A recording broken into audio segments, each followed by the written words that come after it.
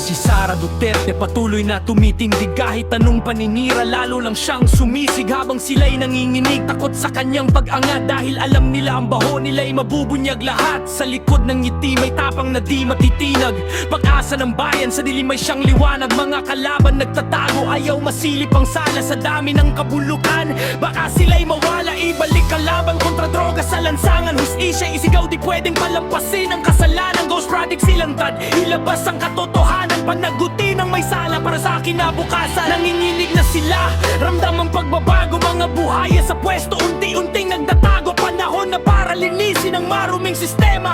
Sa bawat hakbang niya, bayan ang kasama. Lumalakas, kahit pilit siyang pabagsakin. Tuloy-tuloy ang laban, di kayang pahintuin. Para sa bayan, para sa kinabukasan. Boses ng masa, di na muling mapipigilan.